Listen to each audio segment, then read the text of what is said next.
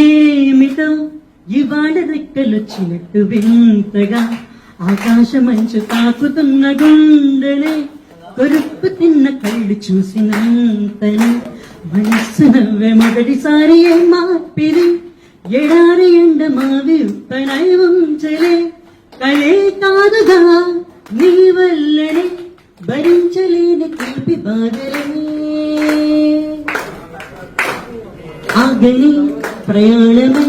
యుగాలుగా సాగిన ఒకలమానువే ఆగుమా కనైనా చెంతనుండగా తరమకే ఉదురమా నిన్నలోన నిండిపోగల నిజంలోకి రా